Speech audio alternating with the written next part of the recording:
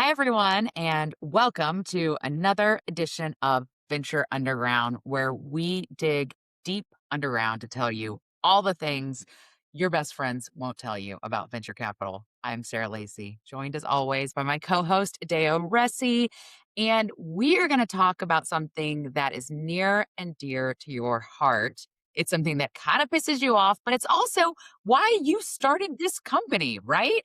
It is about venture fund ecosystems all over the world, why there aren't more of them, what governments can do to help, and also what governments should not do because they cause more trouble. And you're one of the best people to talk to about this because before this, you did Founders Institute, which had like a billion chapters everywhere. So, like, you probably help founders raise money in more places around the world than anyone else. And you've actually helped several places like Chile and Singapore set up systems. So you've seen a lot of the good and the bad. We've got governments reaching out to Dessel all the time saying, how should we do this? So like you have battle scars and a virtual PhD in this. So like let's start at the beginning. Should government be involved in this? Let's put it this way. The government of the United States changed the law in the early 1970s with the ERISA Act that allowed large pension funds, endowments, and the like to invest in alternate assets like venture capital. And that single act created the modern day venture capital ecosystem that's primarily in the United States and primarily in Silicon Valley. And the result of that single legislative change was that the United States around that time started separating from all of our developed peers. So Germany, France, Italy, etc., and just went on a rocket ship ride. California is like the fifth largest economy in the world. Like, why is that? Is it that California has great weather? Yes, California has great weather. Portugal has great weather. Spain has great weather. What California has, what the United States has that no one else has even come close to catching up on, is a thriving venture capital ecosystem. It's driving most of the public money value. It's driving most of the public company R&D spending. So that's a pretty straight causal relationship.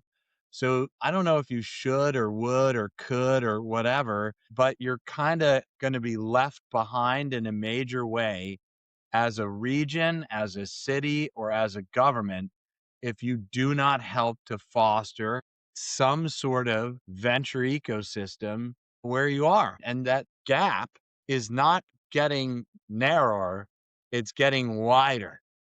Right. So you're going to be in a really dire economic position compared to your peers who are leading if you're not even on the map. If you look at the world today, it's hard for anyone with a straight face to argue that there's 50 cities with thriving venture ecosystems. Name them. You can't. Okay. So you're probably looking at something like 20. And I've done work and research on this. It's in the 20 range. There's always a question like, where does the thriving end and everything else begin? But it's somewhere around 20. For me, the definition of a thriving venture capital ecosystem is that at every level of finance, so accelerator, pre-seed, seed, series A, series B, late stage, etc., there are multiple players available that offer financing at fair and competitive terms. And if you don't have that, or if you have pieces of it, like you have a good accelerator community, but you have nothing above it, you don't have a thriving venture capital ecosystem. So there are about 20 cities or so that fit that definition. And that's like 4% of all the major cities in the world today. So there's going to be this massive gap within countries. Like Silicon Valley will just kind of continue to take off compared to other parts of the US. Within regions, certain the UK and in the European region will take off. Berlin will start to take off and help Germany lift out. comparatively. So I think governments really have an existential question. Like, they're like, should I put in a sports arena? Like, maybe, or take that few $100 million in combined incentives and investment that you would do to put in a sports Yeah, arena. or bid for the Olympics, like a once every 4-year thing. Yeah, which is in the billions of dollars, and you could put that towards venture capital, and it would have the effects to your city, your country, your region would be so much more profound than dollar for dollar anything else that you could do, full stop. Let me add one other thing on this, and then we can go to the Chile and Singapore examples because I know them very well. This is something that compounds value over time, but you have to start like now. Otherwise, in 5 years from now, when you start, you're going to be 5 years behind. And it's not like, oh, you start it and tomorrow you get results. These things take 5 and 10 years to reap results. So let me tell you some case studies. So I helped both Chile and Singapore. The government was trying to fund the companies themselves. They were trying to be the VC. So they're like, we'll be the VC. We'll give the companies money. I'm like, no, no, no. Like, like it's a terrible idea. Government should not be venture capitalists. Governments could put policies in place that either incentivize things or they can do matching stuff where they invest alongside other investors, but they definitely should not be the investor. So I was like, look, stop trying to be a VC. Just put like a matching amount of money, 50-50, if you want to see some of the best people in the region move to your city, state, country, Singapore. But if you did something like 85-15, everybody and their mom would be like, I'm moving to Singapore because I only have to raise 15 cents and then I get 85 cents from the government. And they said, oh, let's do that. So they did this 85-15 matching scenario, which was like, if you set your firm up in Singapore, so you didn't need to invest in Singapore, blah, blah, blah, we'll give you 85 cents for every 15 cents. So 85 cents on the dollar. And what happened, Sarah? Well, everyone who is talented and a venture capitalist is like, oh my God, I'm an idiot if I don't move to Singapore because, like, they're giving me 85 cents for every 15 cents that I raise. And really, it was a matter of almost overnight that Singapore became the leader of Asian venture capital. And the effects on the country were profound.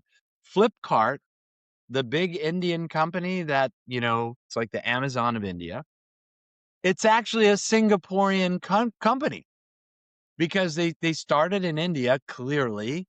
Then they're like, we got to go raise money. Where do we raise money? Well, we're not going to raise it in India. We're going to raise it in Singapore because all the VCs were in Singapore. So they re-domiciled their company in Singapore. One of the biggest success stories in Asia is a Singaporean company because venture capital was headquartered there. And they didn't even run that program for very long. They ran it for like a year or two.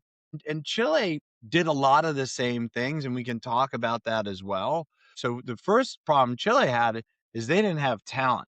So they created something called Startup Chile, and they said, hey, come to Chile and we'll give you, I believe it was $20,000. It eventually went up to 50, but we'll give you money just as an entrepreneur to come here.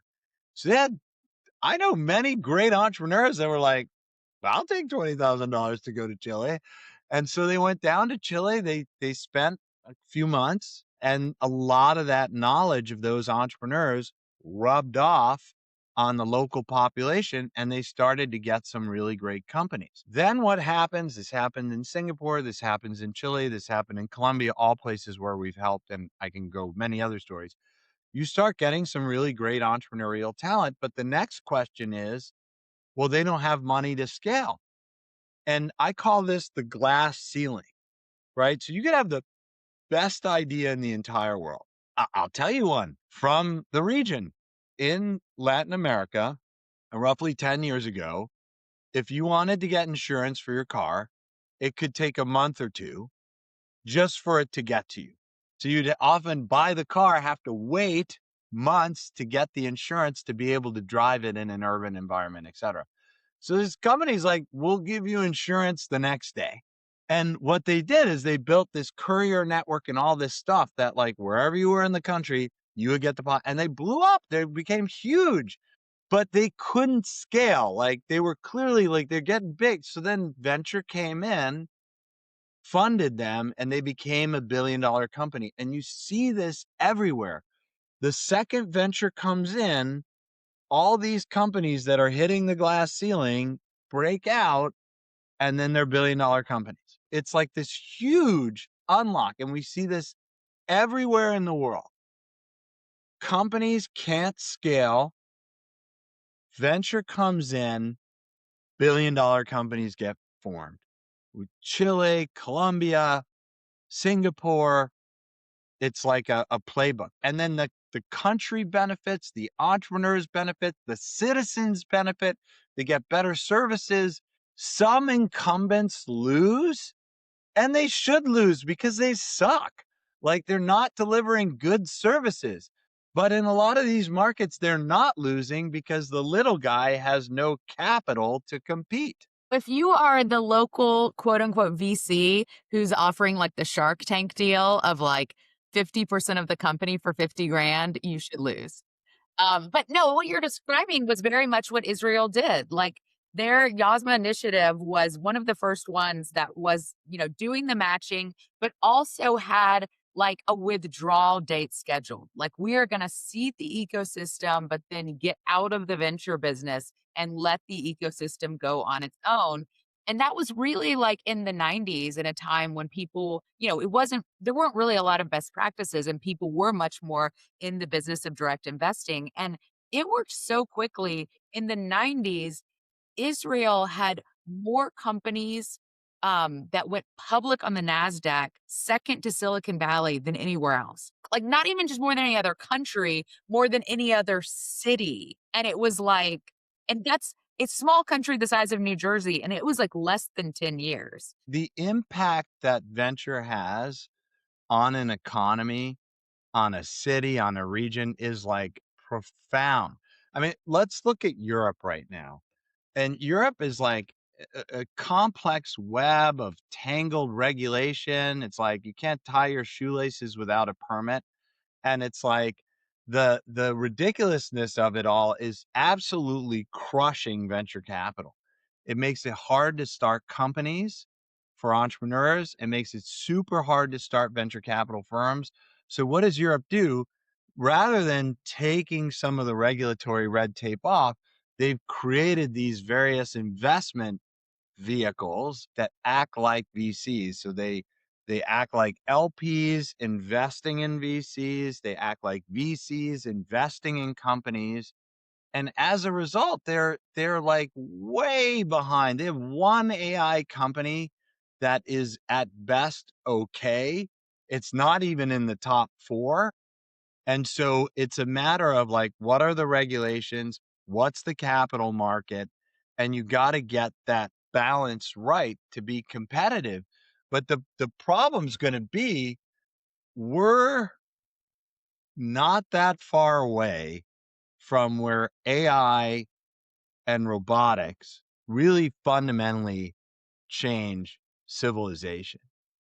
And if you don't have your own capacity, you are going to be beholden to foreign nations for your own sovereignty.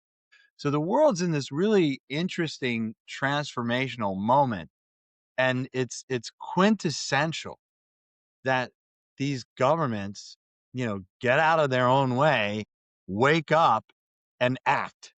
The Europe thing is so interesting. And there is such an opportunity now because as the US gets more isolated and more protectionist, one of the things that came along with the US being such a leader is, brain drain of everywhere else. Like we were getting all the best talent. And as the US increasingly is turning away a lot of the best talent, people were saying, like, oh, hey, there's an opportunity. There's an opportunity for Europe to get a bunch of talent, for other places. But it's like, Europe's just like stepping on a rake right now by not making itself more open legally for this. Talent without money can't do anything. And talent with too many regulations can't do anything. If I can't tie my shoelace without a permit, like some people don't tie their shoelace, right? So Europe has really a double edged sword right now of problems. Problem one is it's really over regulated everything. If you want to start a fund in Europe, it's mind boggling. Just to give you an example, we wanted to set up a fund in this case, we were looking at the Netherlands and we spent $40,000 to get nowhere. Like we got an analysis that showed we'd need to spend another $100,000 and maybe we would have what we wanted. And that, by the way, that's not uncommon. The average formation of a fund in Europe is easily 100,000 euro, and it's often 150,000 euro and up, and it costs 75,000 euro a year to run these things. So as a result, despite having programs to give billions of dollars away a year, despite saying they love entrepreneurship and they want venture capital, they're, way behind the United States and falling way behind many other places all around the world. This is why I was saying, like, you'll fall behind by an increasingly large amount if you don't get started and at least try to keep up. And listen, I'm not saying everyone's going to get this right. People will stumble. Markets will make mistakes, governments will have bad policies. So it's possible that if you start now, you may be really, really way behind. But if you do it wisely, you can catch up and possibly even get ahead. So look, what's wise? Well, look, first of all, you need good companies. So you want to make the starting of companies really easy. There's reserve requirements in banks, they should be done away with. There's incorporations that can take months, that needs to be done away with. There are notaries in many countries that are required to sign stuff, which is just like graft, that needs to be gone away with. Start a company same day, doesn't matter where you are, set it up and go. Make that super easy. That alone will help. There's a lot of idiocy around how they tax options that needs to be done away with. Copy the United States. People tax options in Europe as at the end expected value on the day of grant. So you have to say, I think these things might be worth $10 million, and you have to pay taxes on it as if you're getting $10 million the second you get them when they're worth nothing. That's insane. Needs to go away. Right. So then you set up the entrepreneur ecosystem to get going. You're going to see immediate positive results, but then the glass ceiling comes. You can put financial incentives in where you say, if you come and you create a fund and you have an office, I don't like investment requirements, but if you have an office in our city, country, whatever, we'll match you with X percent. If you really want to get the best venture capitalist in the region, if you did a 50% match, you would very quickly have some of the best managers in the world there. Where do you think the biggest regional opportunities are? Are there places where you can still compete? Are there huge vacuums? Are there places where it's like the game is over? If you are a country watching this right now, like who has the best opportunities?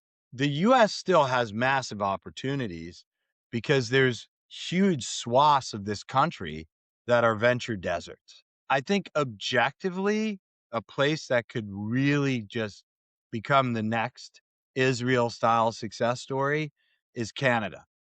Right now, they have enormous talent with great companies hitting the glass ceiling. So a little bit of water on this plant would just have it flower. Mexico is another great place. It is already the champion of Latin America, kind of neck and neck with Brazil. Same circumstance as Canada. It's got a lot of the pieces and it just needs a little bit more fuel and it would totally break out. Europe needs a wholesale redo, needs to hit the reset button and really say, are we going to be Disneyland? or are we going to be competitive in the global economy? And they're heading to Disneyland, and maybe that's what they want to be, Disneyland. But if they want to be competitive, they have to do a wholesale reset.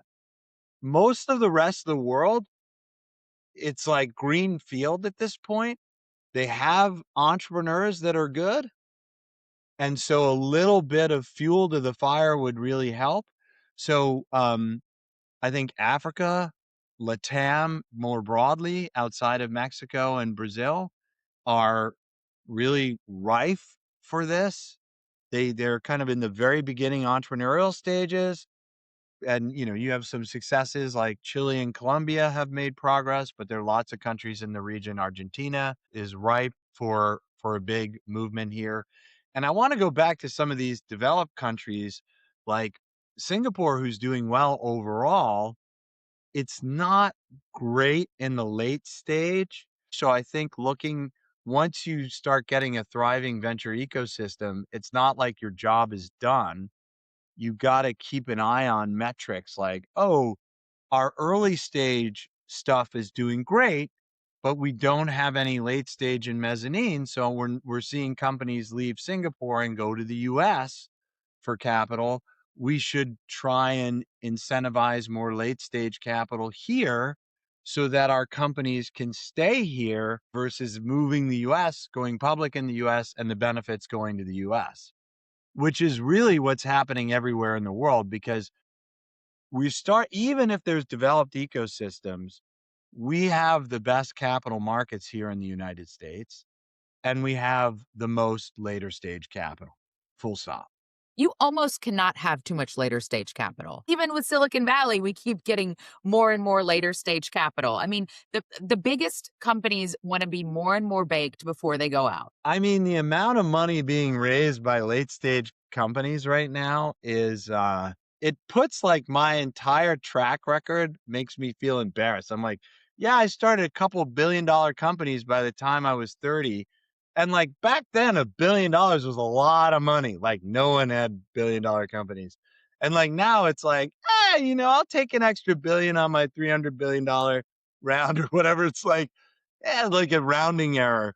And so just going back, let's say you got lucky. Like Mistral's a great example. It's a French company. It's in the top 10 models worldwide. All of Mistral's competitors, with the exception of the Chinese who are doing it a different way, are just raising insane amounts of money. Insane. Tens of billions. They can't compete. It's like, how much money do you have? We raised $1 billion. Oh, I raised $20 billion. How can you compete? You can't get the talent. You can't get the servers. If Europe's all proud of this company, it better fix the capital markets or Mistral's going to move the US and raise tens of billions of dollars. Also, it's like it all becomes a self-fulfilling thing. Even if they had the capital, they don't have the legacy of the capital that has then spun out the know-how and the people who've done this before and everything else. It's like LA could have one Snapchat, but it doesn't have everything around it that's done it 1,000 times. It's like that's why you need a whole ecosystem that's done it again and again and again. Right. And so, like, let's go back to things that governments can do. So, they, on the one hand, there's financial incentives, right? That's very effective. If you want to move quick, offer ridiculous incentives. And you got to be careful because if you start putting restrictions on it, no one wants it. It's like, look, I need them to invest in my city. You're going to scare people away. I need them to fill out these TPS reports. You're going to scare people away. So you got to really make it light handed, relatively easy. And you're going to have to say to yourself, it might work, it might not work. I'll tell you it will work, and that will get people there. The next thing is you gotta make it relatively easy for people to invest, and this is just not the case in Europe. There's different places that have different rules about general solicitation. So can you talk about what you're raising for publicly or not? They have accreditation rules. Who can you raise money from? They have to meet these things. You want to make your region relatively easy for money to change hands. These are far less risky things than casinos, and they're often regulated more than casinos, which is insane. Consumers can just walk into a casino and blow all their money, but they can't invest in venture capital. That's insanity. So the regulatory framework around investing is one.